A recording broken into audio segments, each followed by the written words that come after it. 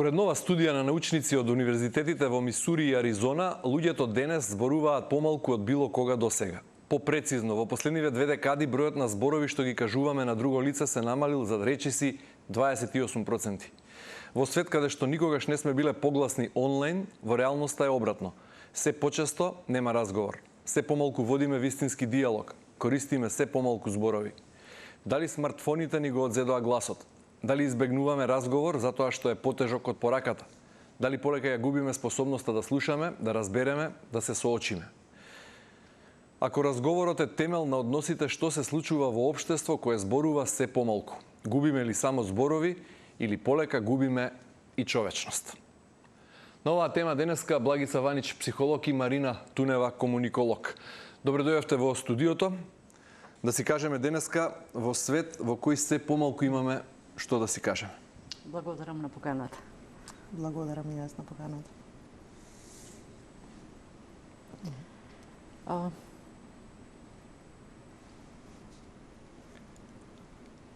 Оваа тишина сега е малку непријатна во вакви околности.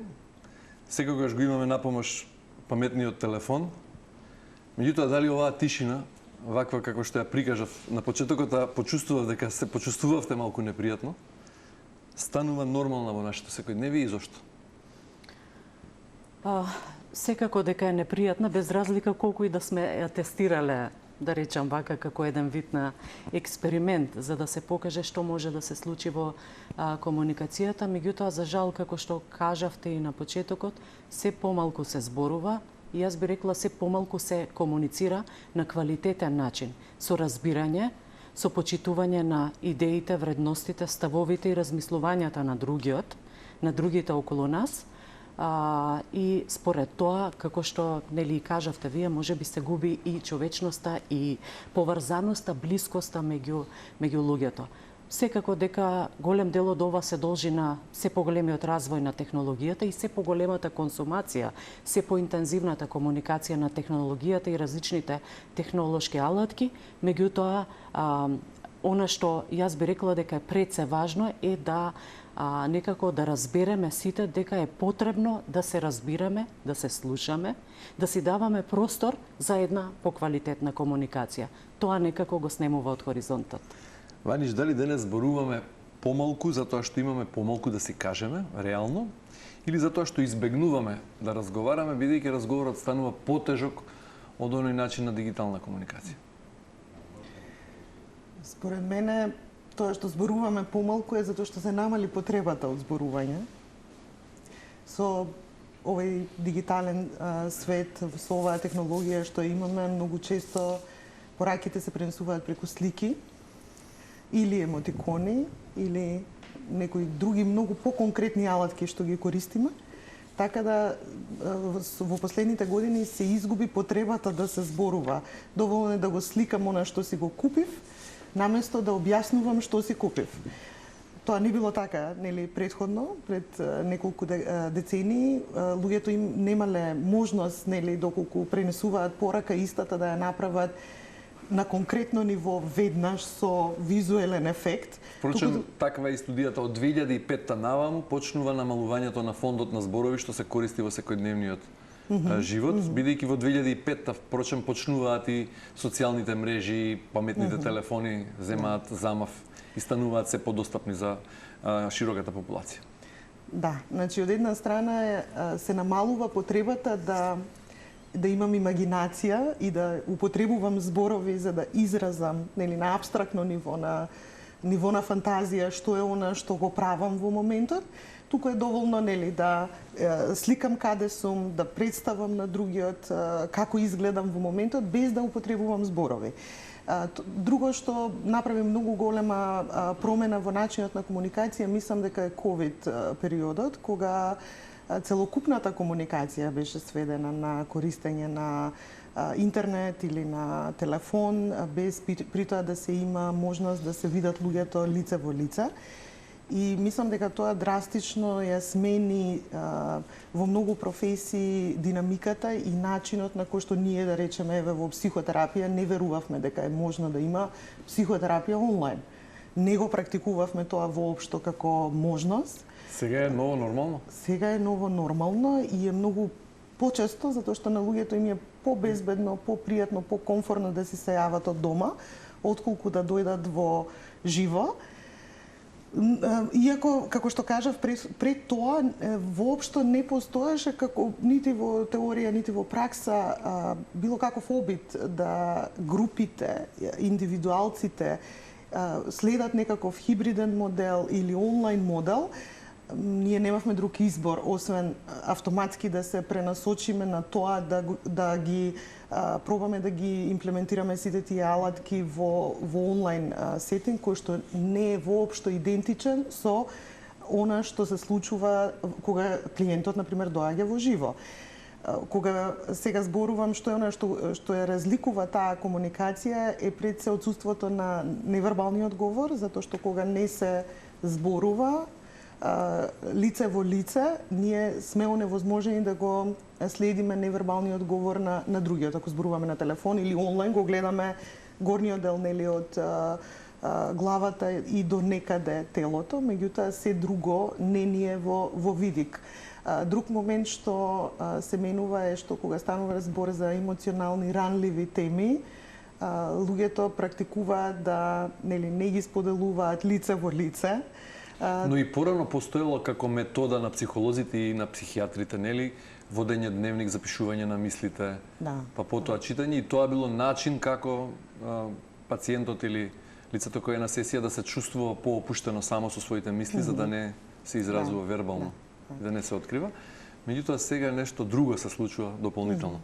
Ајде пред секој во својот домен, вие како комуниколог, а вие како психолог, стручно да се осврнеме на темата. Уште малку во овој дел ќе си дозволам да бидам индискретен и да ве прашам колку зборови вие искористивте денеска, употребивте, или колку време од друга страна поминавте пред екраните, дали на вашиот компјутер или на вашиот паметен телефон? Пред екраните? Дали ги освестуваме процесите низ кои минуваме во текот на денот? Еве, вие, бидејќи сте и дел, работите на струката на оваа проблематика. Така, пред екраните прилично често, некако мораме сите тоа да го признаеме дека е факт, меѓутоа секако дека е важно и да си направиме една интроспекција колку ние комуницираме, со кого комуницираме, а пред се најважно на кој начин комуницираме.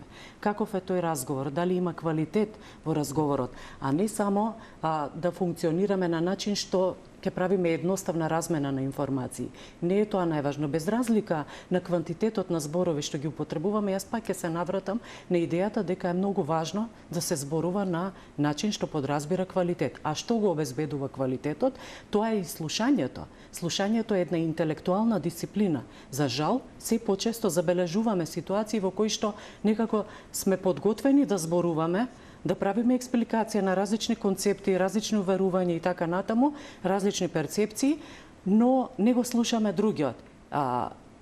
Доколку молчиме, тоа не е само чекање на другиот, техничко чекање на другиот да заврши па да почнам јас да зборувам и да се фокусирам само на она што го дека имам. диалогот поразбира и слушање активно, а не само зборување. И тоа се тие прашања кои што треба да си ги поставиме, а тие прашања може да си ги поставиме најчесто во една реална комуникација.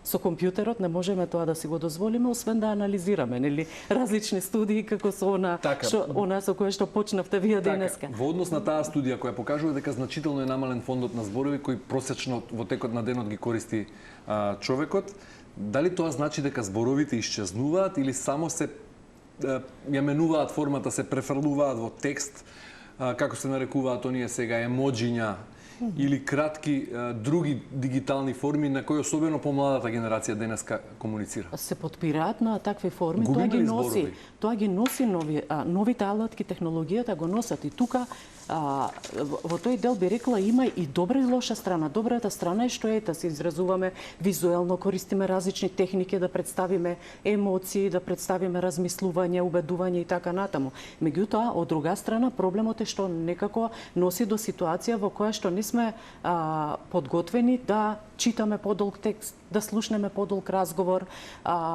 Знаете, вие комуникацијата во денешно време многу често се одвива преку рилсови, емотикони, различни илустрации и така натаму. И се некако, особено по младата генерација, го губи вниманието и ја губи моќта да следи еден, да речеме, поаналитички текст. Еве тоа се случува и во новинарството, во комуникациите, каде што едноставно некако и тие кои што креираат содржини многу често треба да размислуваат во насока, па чекај, дали го избрав вистинскиот начин да ја пренесам информацијата, дали треба да зборувам помалку или да кажам повеќе, поаналитично, каде што ќе ги представам идеите. Можеби нема одговор да или не е се така црно-бело, меѓутоа треба да се размислува и како креатори на содржини, да се размислува за начините околу привлекување на вниманието, не само на помладата генерација, на сите во општеството. Дали намалувањето на зборувањето, на зборовите, значи и намалување на мислењето, на обемот, на квантитетот на мислење или само менување на каналот, на фреквенцијата? Сега, ако зборуваме за когнитивно што се менува, веројатно се менува функцијата на мозокот, затоа што мислењето е врзано со зборувањето. Во исто време и свесноста за себе е врзана со говорот. Значи, говорот има клучна функција во сите когнитивни процеси. Зборувам како вниманието, перцепцијата, начинот на размислување, донесувањето на одлуки, креативното размислување. Значи, сето тоа колку употребувам вербализација, имагинација и знам да се изразувам, влијае на тоа како ги восприемам сите информации од надвор. И ако говорот е, како што велите, еден вид когнитивна гимнастика за мозокот, тогаш што губиме кога зборуваме помалку? Ако за 1/3 е сведено зборувањето во текот на денот, е намалено односно во однос на претходните декади, што се случува со мозокот? Секако закржлавува и тој? Има различен начин на восприемање, би рекла. Не би дала таков заклучок, мислам дека е прерано, можеби ќе има истражување за ова во иднина, кои што ќе ја следат функцијата на мозокот, но ние сме генерално човештвото многу малку информации има за тоа како функционира мозокот. Некои 50 на години се бавиме со тоа, така да ќе ни треба време за да дојдеме до такви заклучоци, но во секој случај можноста да процесирам информации, можноста да се употребувам себе си со сите когнитивни функции. Сега зборувам да креирам нови идеи, да давам нови решенија, да размислувам пошироко, мислам дека се менува начинот на кој што луѓето се употребуваат себе си. Ова го зборувам пред се во делот на значење. Можеби во делот на пренесување на информација, пренесување на факт или опишување на процес и нема големи разлики. Затоа што вербализацијата, говорот, го користам за да пренесам информација, за да пренесам порака, за да објаснам некој процес и да дадам значење на она што го зборувам сега. Ако користиме помалку зборови, а повеќе пораки преку паметните телефони, дали тоа води кон помали нивоа на емпатија? Реков во најавата можеби звучеше прегрубро и пресурово дека губиме дел од човечноста на тоа што поради тоа што помалку комуницираме меѓу себе, а разговорот е темел на меѓучовечките односи. Дали стануваме помалку емпатични со тоа што го намалуваме фондот на зборови и се префрламе во дигиталниот свет? Ова е надоврзано на ова на значењето. Значи, прашавте и претходно колку зборови употребувам од утрово и како. Кога станува збор за пренесување на информација, факт или давање конкретна задача за нешто што треба да се заврши, мислам дека пишуваната комуникација врши работа. Тука не е неопходно многу емпатија и човечност.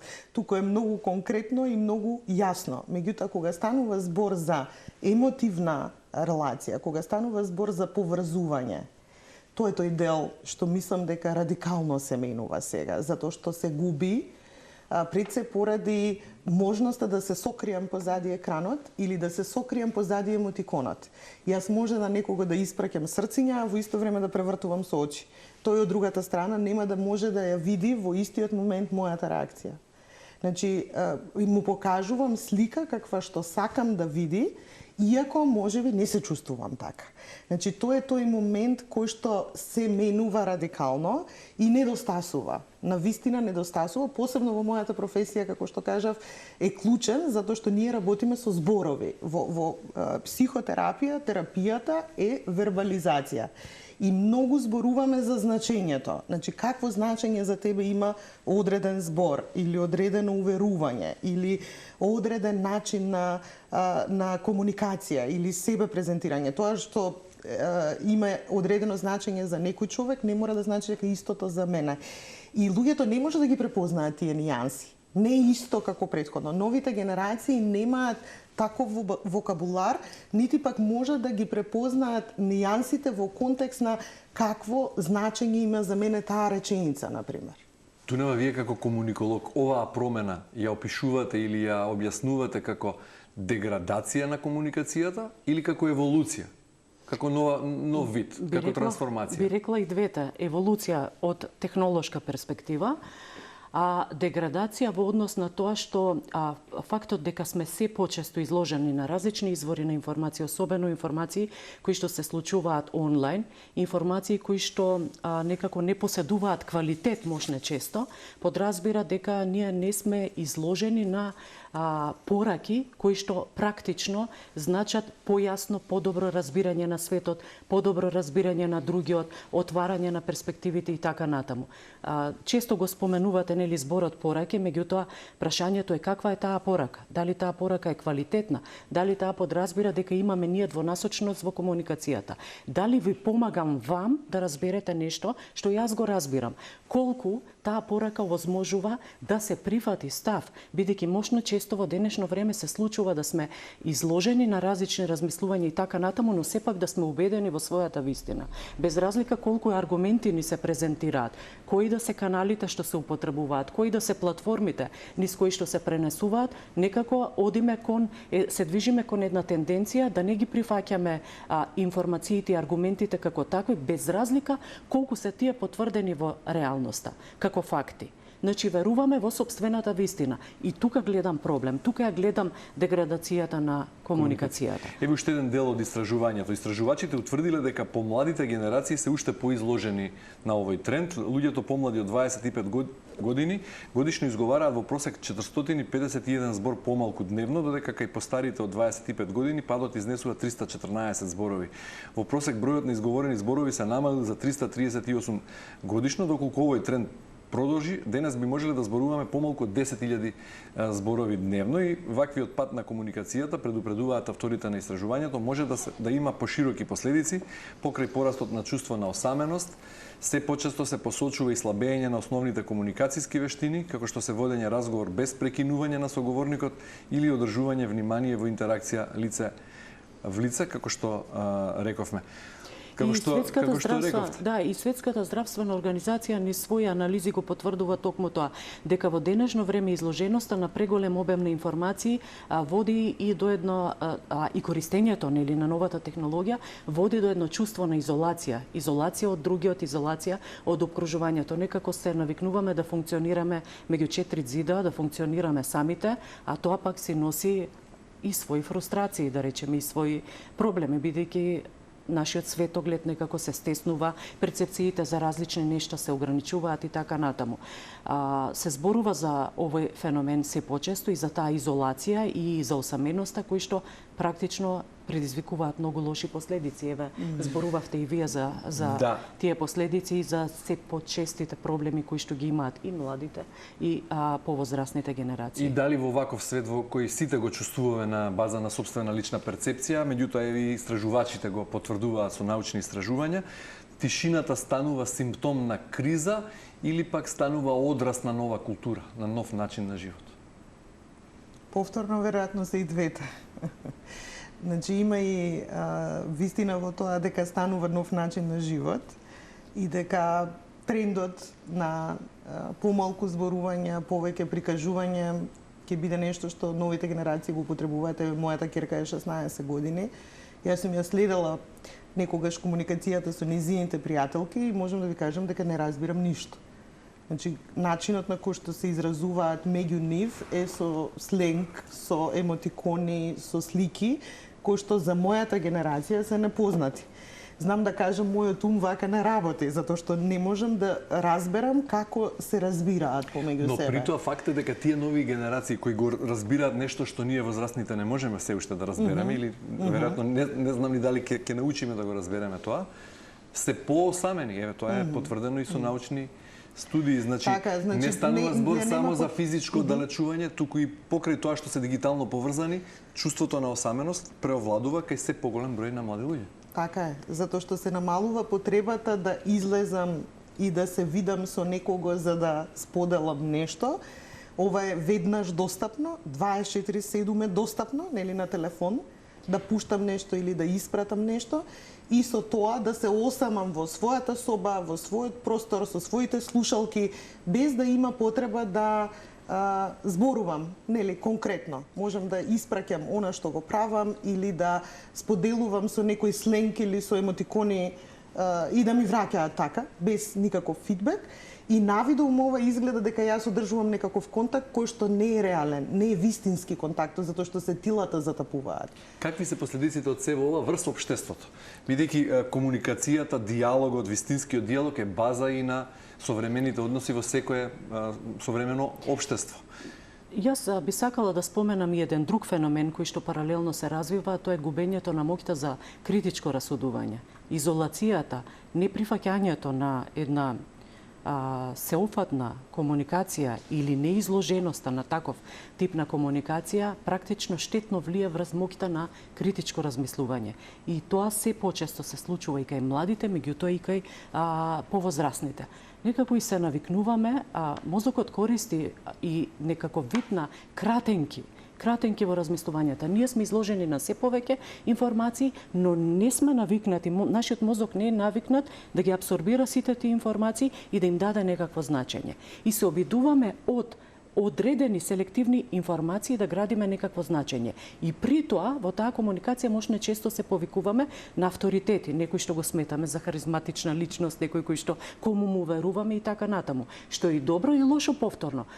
Добро е зашто можеби сметаме дека таа личност го гради, надградува нашето знаење, преиспитани се ставовите на таа личност, меѓутоа лошо е што ние ја губиме сопствената моќ. И тоа не значи дека таа личност секогаш ќе биде во право.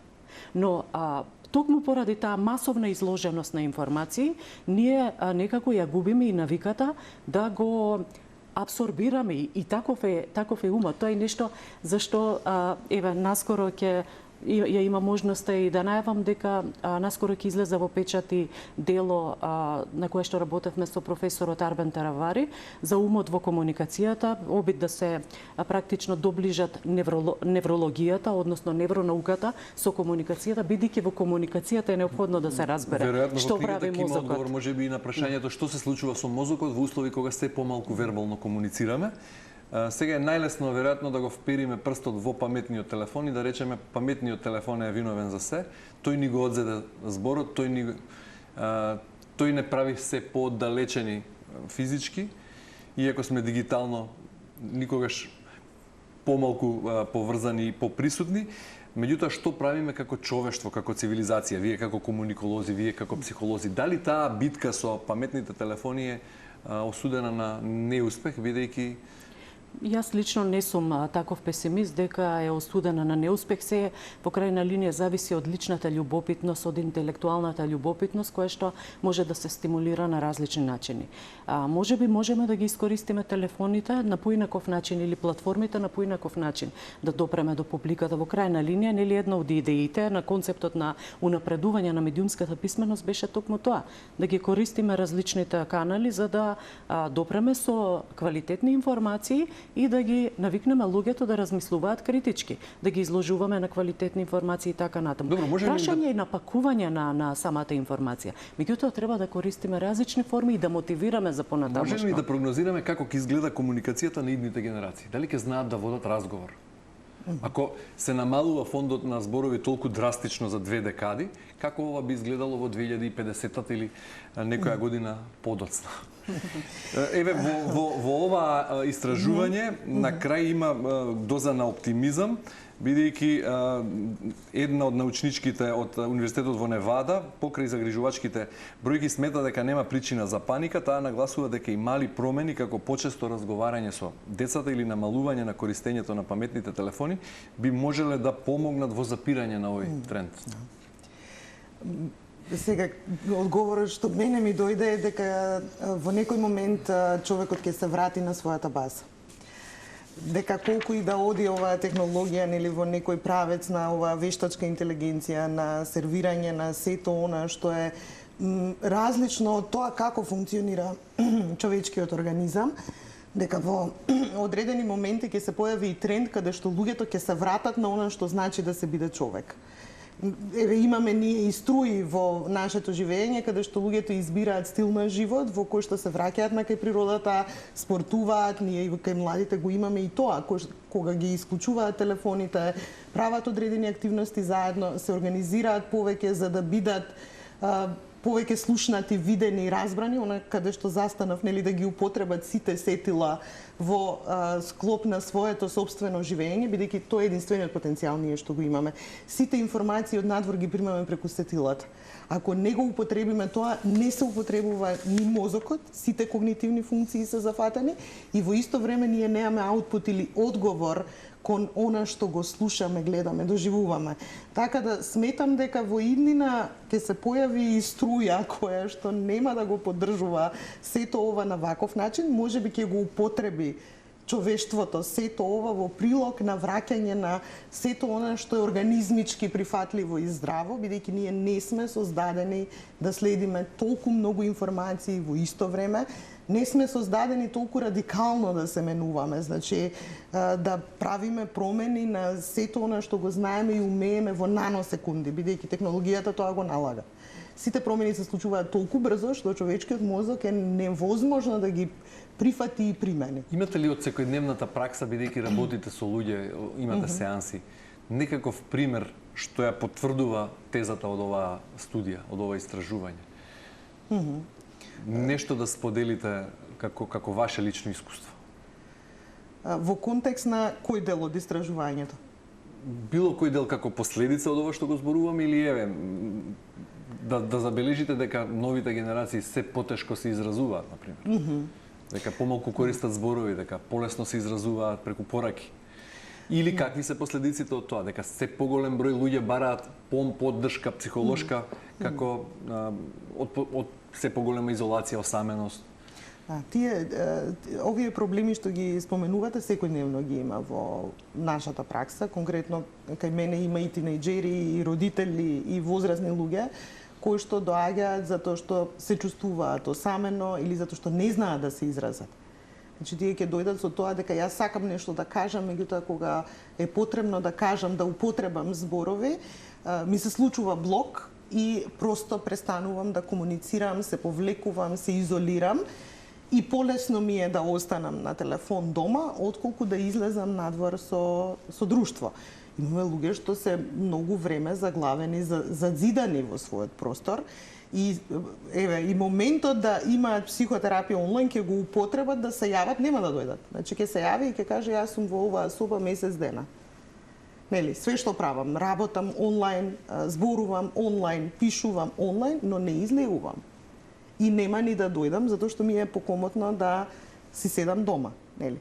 Се случувало од пракса некој по 6 месеци да се појави пред канцеларија, што за мене било многу интересно искуство. И изненадување, И изненадување, затоа што во некој момент тој човек нешто си зел, почнал да доаѓа до увиди колку е значајно живиот контакт, колку е значаен. Ова што го зборуваме, активното слушање, да те слушнам, да те разберам, да те прифатам, не е возможно во еднонасочна комуникација, нити пак во онлайн комуникација. Че живиот контакт е единствениот лечебен момент што ние го имаме во човештвото. И ако тоа умре, изгине, нели тргнавме од тоа ќе се намали емпатијата, ќе се намали човечноста. Нас, нели сега ова е песимистичкото сценарио, во некој од истражувањата го пишува и се заканува колективна смрт, каде што човештвото ќе има многу информација, ама ќе недостига знаење и ќе недостига човечност. Или ако одиме на таа песимистична страна. Затоа викам дека за мене самата психотерапија е простор каде што некој човек, ако се вклучи во тој процес, веќе се враќа на човечноста. Токму тоа правиме. Така да можда е контра на сето ова што технологијата го налага, но во суштина не се создава ништо ново во тој процес, освен што човекот се враќа на она што е најчовечко. И тоа е здравото функционирање, единствено здраво функционирање. Едно време учевме дека зборот е најмоќното оружје.